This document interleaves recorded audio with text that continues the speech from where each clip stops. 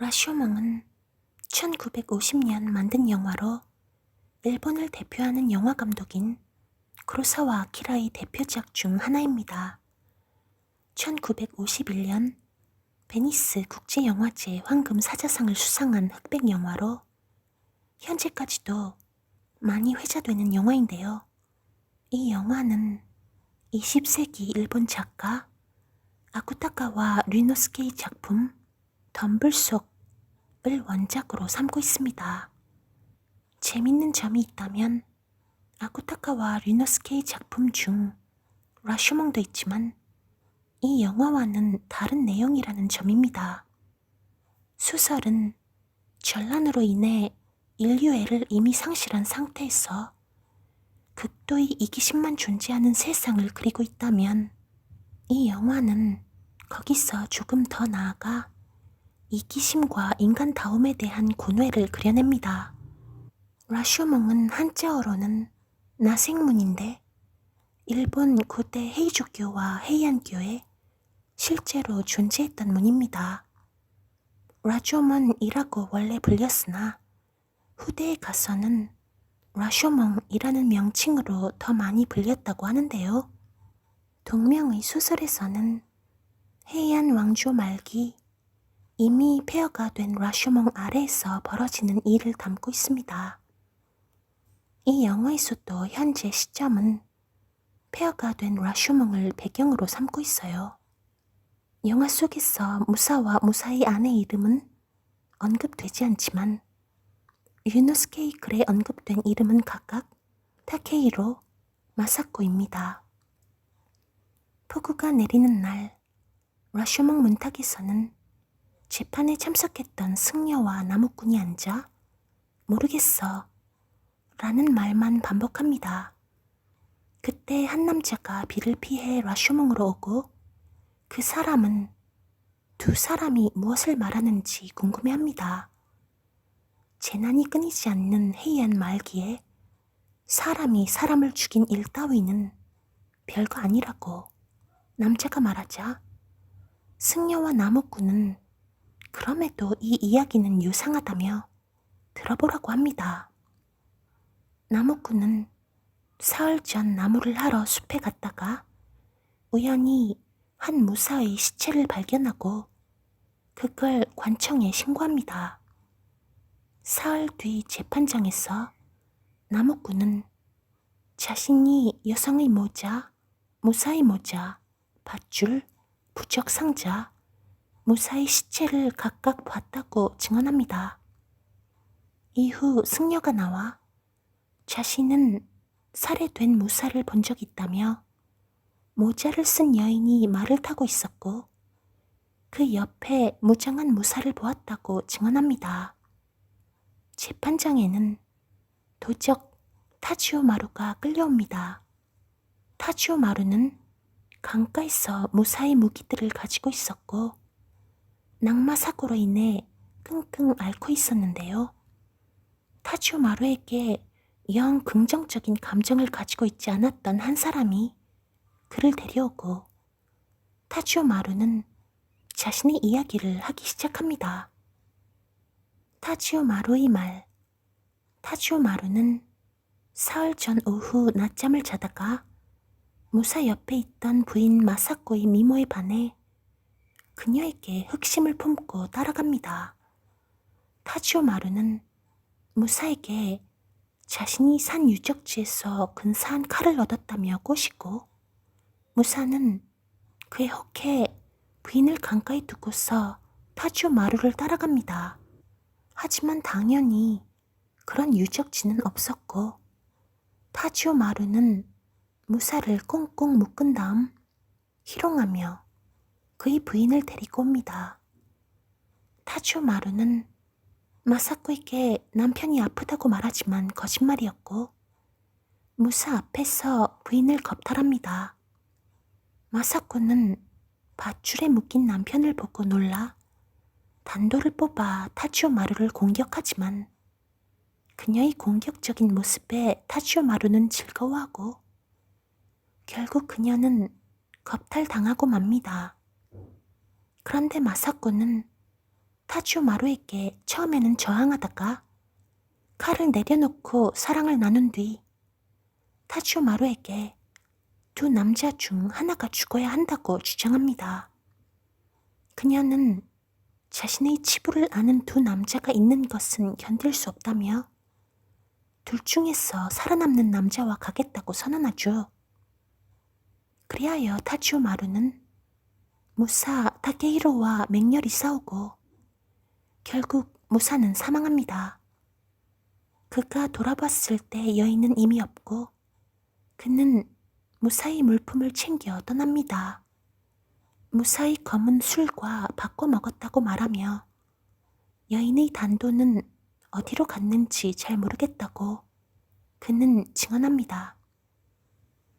현재 시점. 남자는 타치오 마루가 호색한으로 유명하니 그럴만하다고 주장합니다. 그렇자 승려는 여인의 말이 완전 다르기 때문에 타치오 마루의 말을 믿기 어렵다고 하죠. 타치오 마루의 말만 보면 여인은 대단한 성격의 인물인데 정작 재판장에 나온 여인은 가련하고 유순한 사람이었다는 겁니다. 여인의 증언. 여인은 타치오 마루가 자신을 먼저 범한 뒤 남편을 희롱했다고 주장합니다. 그녀는 타치오 마루가 사라진 이후 울부짖으며 남편에게 달려갔지만 남편은 자신을 냉랭한 시선으로 그저 바라봅니다. 그녀는 남편의 표정을 보며 차라리 자신을 죽여달라고 청하죠. 그녀는 자신의 단도를 가지고 남편의 밧줄을 끊어준 다음 자신을 죽여달라고 하지만 남편은 아무 말도 하지 않고 경멸스러운 표정으로 그녀를 바라볼 뿐입니다. 여인은 이후 실신하고 그녀가 일어났을 때 남편은 이미 죽은 상태였습니다. 자신의 단도가 어느새 남편 가슴에 박혀 있었죠. 그녀는 그 모습에 겁에 질려 도망치고 정신을 차리고 보니 그녀는 산기슭 연못가에 이미 있습니다. 몇 번이고 자결 시도를 했다가 절에 들어간 그녀는 남편의 일로 재판장에 모습을 드러냈다고 말합니다.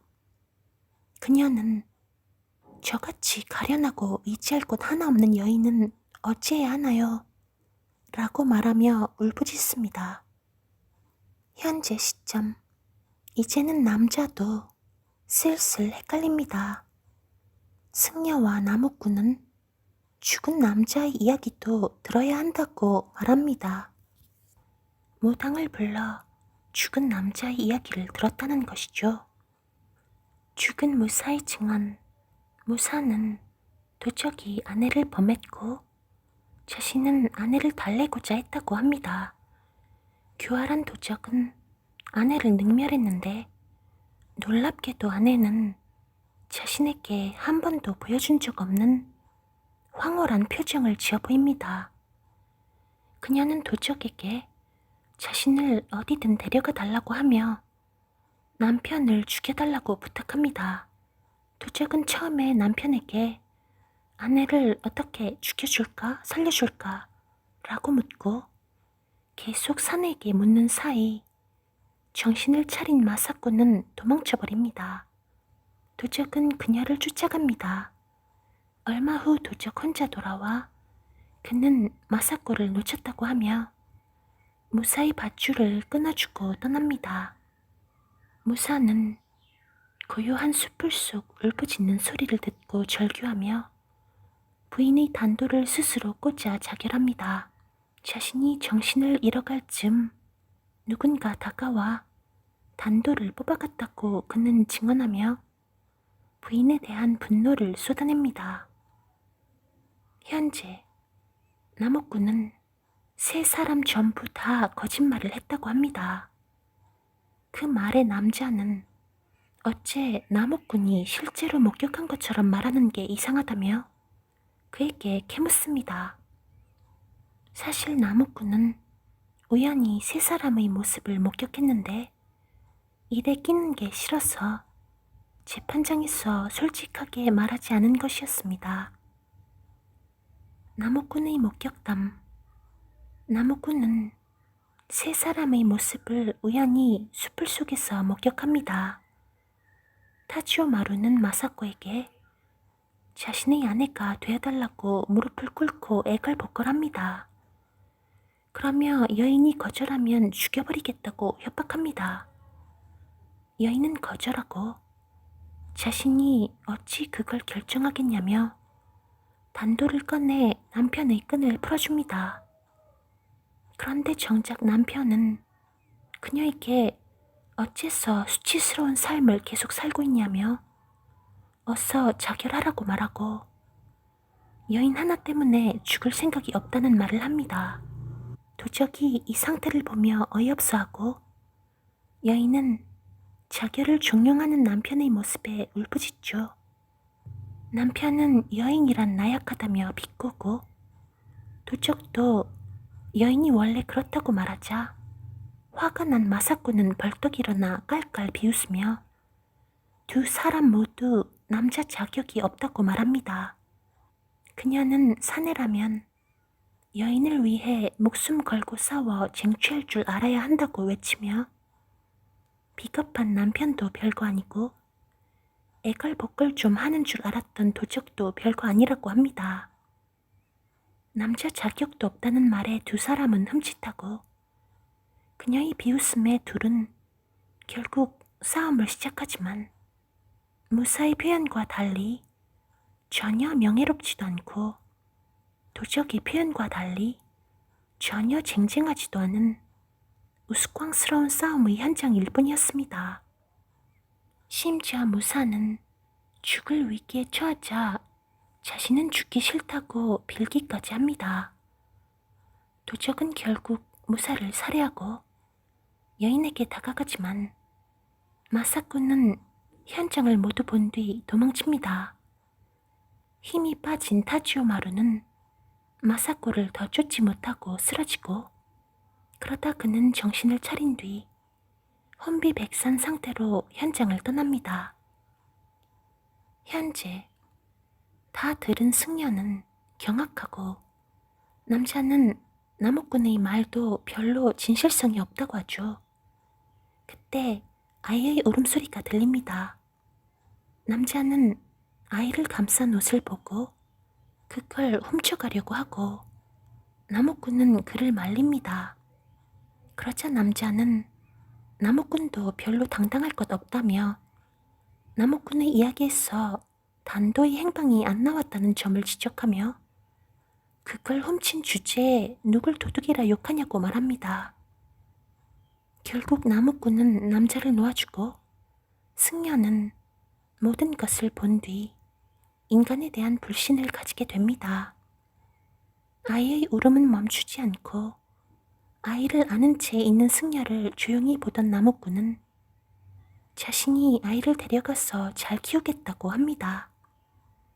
승려는 처음에 의심스러운 시선으로 나무꾼을 보다가 그에게 아이를 넘겨주고 신기하게도 나무꾼이 아이를 안자마자 아이는 울음을 멈춥니다.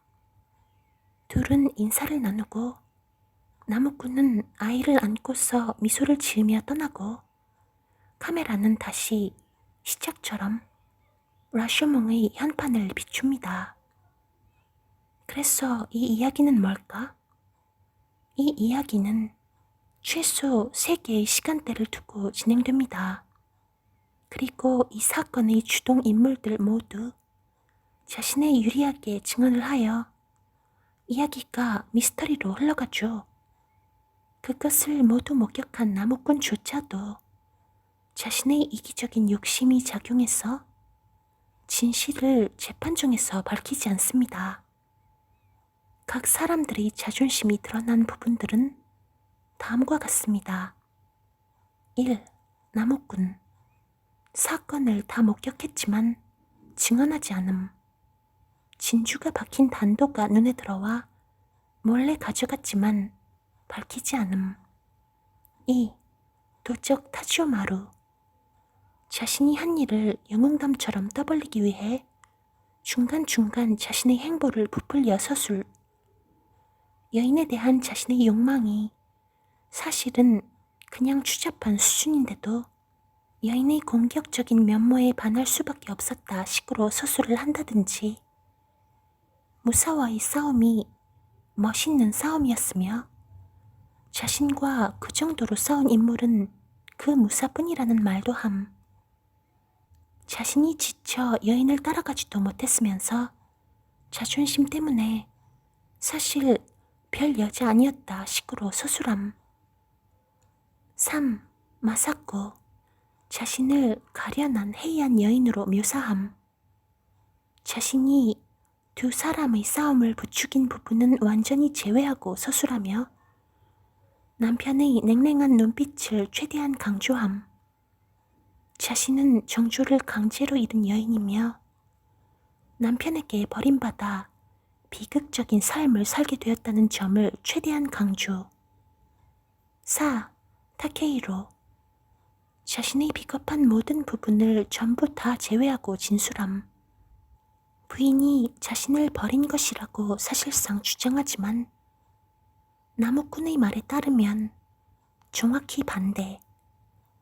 자신이 명예를 위해 자결했다고 말했지만 나무꾼의 말에 따르면 죽기 싫어 빌며 난리를 쳤음.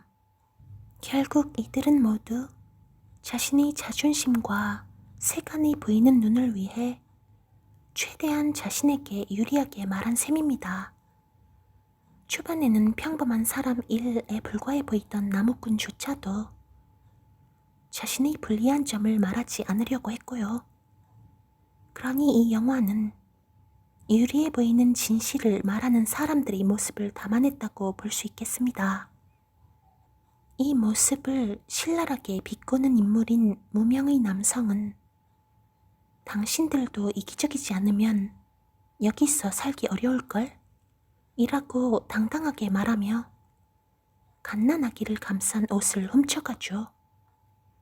그 사람의 지적에 나무꾼은 무명의 남성의 행동을 차마 덧꾸짖지 못하고 무너집니다. 이 중에서 유일하게 행동과 말의 일치를 보이는 인물은 승려입니다.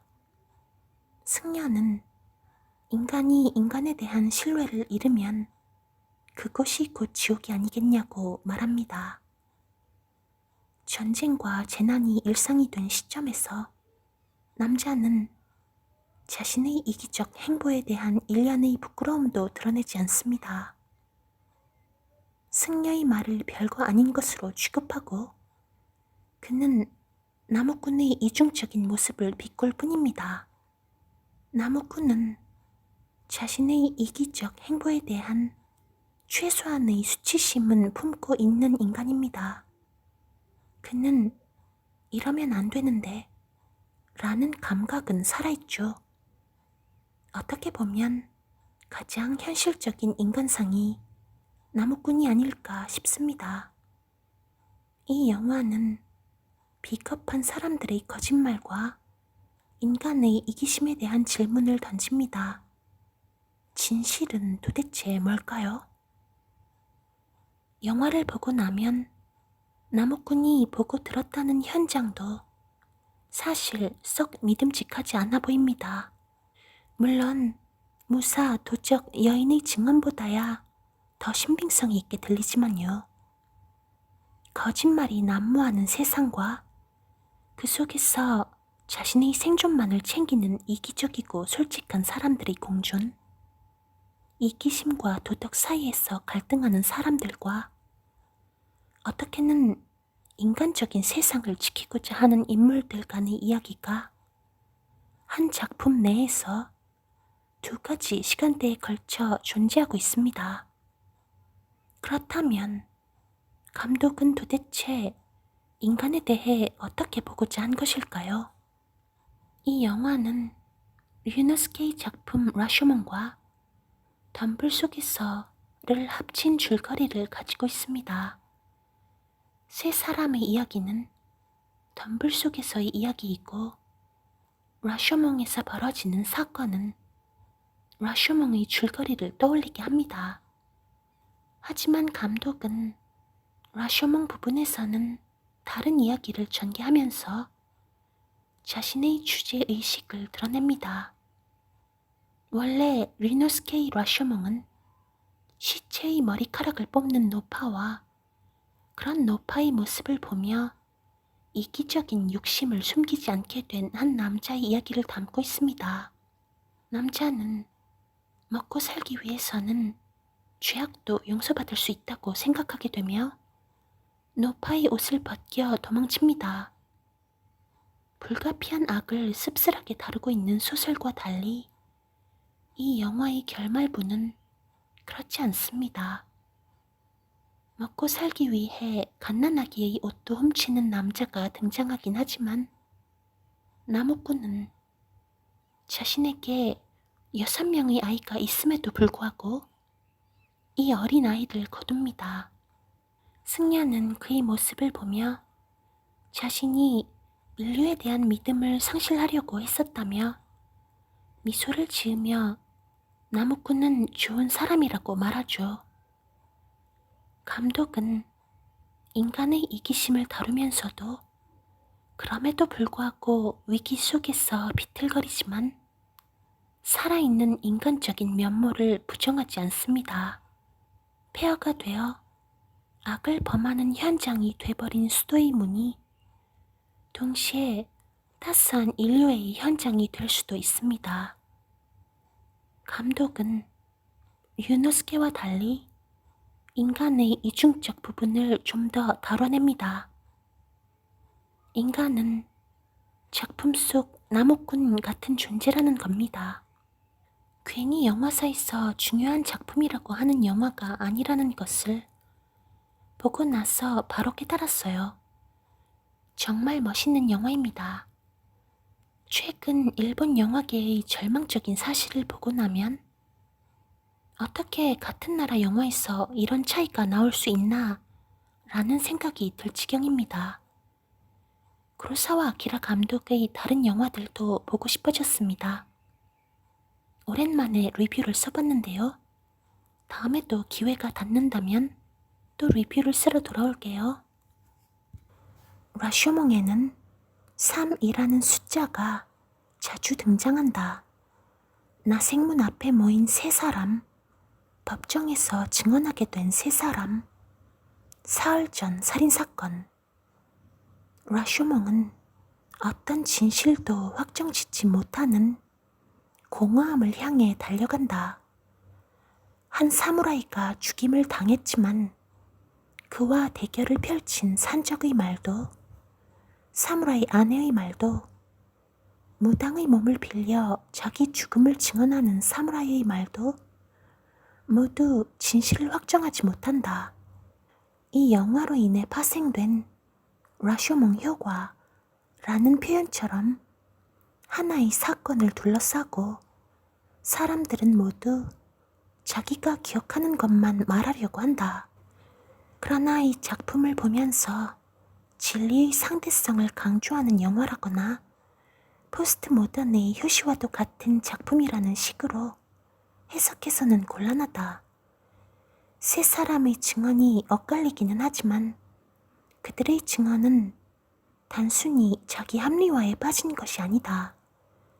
흔히 법정에서의 합리화는 자신의 무고함을 항변하기 위함이지만 산적도 아내도 사무라이도 모두 자신을 스스로 살인범이라고 주장하기 때문이다.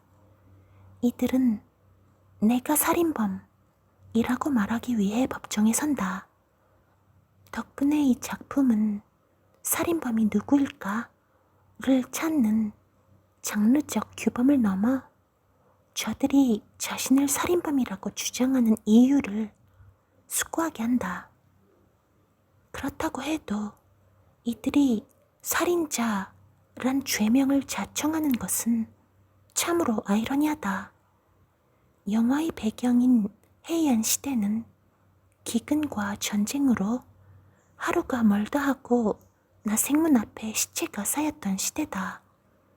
이 타락한 시대에 사람 하나 죽는 일은 그리 대단한 사건이 되지 못한다. 각자의 명분을 들먹이며 이렇게 살해할 수밖에 없었다고 하는 항변이야말로 죽음을 압도한다.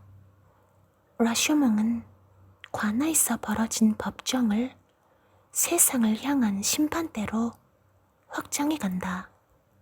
파괴에 대한 지지 역사적인 차원에서 보려고 하면 1945년 2차 세계대전에서 패배한 일본 사회가 살인을 정당화하는 이유 찾기의 일환으로 보이기도 한다. 그러나 라쇼몽이 얽힌 당대 역사와의 교차점을 강력히 비판하기는 어렵다. 저예산으로 완성된 라쇼몽을 이해하는 동시대 일본 관객은 극히 드물었고, 구로사와 아키라 감독은 베니스 영화제에 작품이 출품된 사실조차 알지 못했다. 1950년 개봉된 라쇼몽은 이듬해 베니스 영화제 그랑프리와 아카데미 외국어 영화상을 받으면서 뒤늦은 유명세를 치렀다. 2차 세계대전을 경험한 서구인들이 이 작품을 적극적으로 수용한 결과였다. 영화를 본 서구인들은 자기 합리성의 모순과 파괴, 그리고 영화의 결말인 인간성 회복 의지에 대해 지지를 보냈다. 나무꾼과 승려의 이야기를 모두 들은 남자는 살인 현장에 나무꾼도 있었는지 추궁한다. 이 지점에서 4라는 숫자가 새롭게 등장한다. 나무꾼은 네 번째 진술자다. 사무라이와 산적이 싸우게 되었고, 사무라이는 산적의 칼에 우연히 찔려 죽는다. 사무라이의 증언처럼 명예스러운 자결도 아니었고, 산적의 말처럼 23번의 합을 나눈 결투 끝의 살해도 아니었다. 그것은 하나의 우발적인 해프닝이었다.